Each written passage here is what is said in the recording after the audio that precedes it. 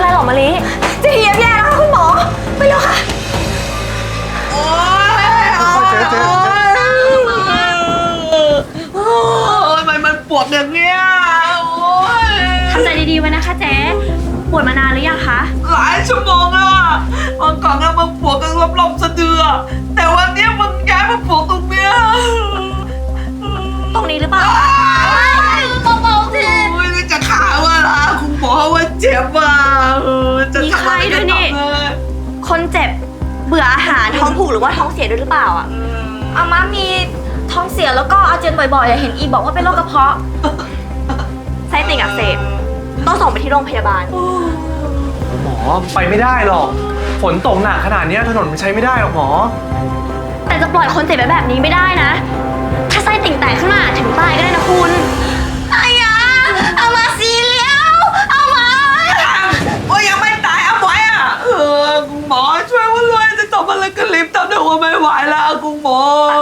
งั้นเดี๋ยวฉันจะฉีดยาแก้ปวดให้นะเสร็จแล้วก็ต้องรีบพาคนไข้ไปผ่าตัดโดยด่วนถึงขนาดต้องผ่าตัดเลยเหรอคะคุณหมอเดี๋ยวหมอแล้วหมอแน่ใจเหรอว่าเจ๊เป็นไส้ติ่งอักเสบอ่ะก็ถ้าจะให้ชัวร์กว่านี้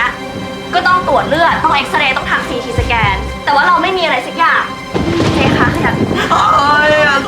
นิดนึงนะคะโอ้ยอย่าเสียเวลาเลยค่ะผู้ใหญ่สภาพแบบเนี้ยกะปิว่าพาไปส่งโรงพยาบาลดีกว่านะคะไม่มีทางหรอกกะปิ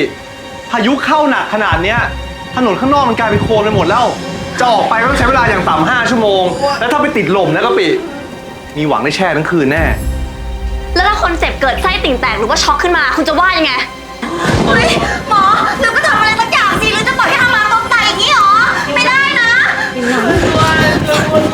นี่หมอหรือจะแก้ปวดใช่ไหมหรือโกรธที่อ้วนพวกชาวบ้านมาด่าหรือตอนกลางวันใช่ไหมอ๋อโอ๊ยพูดจาแบบนี้ใช่ไหมหมอที่หมอ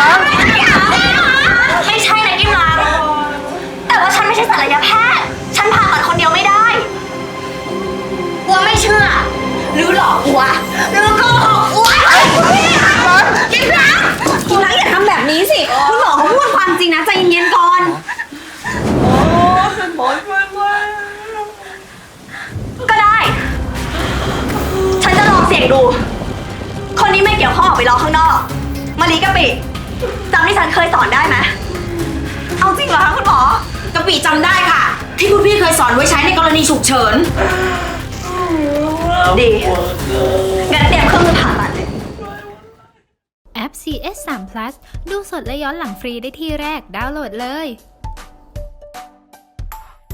ไม่อยากพลาดละครสนุกกด subscribe เอาไว้นะคะ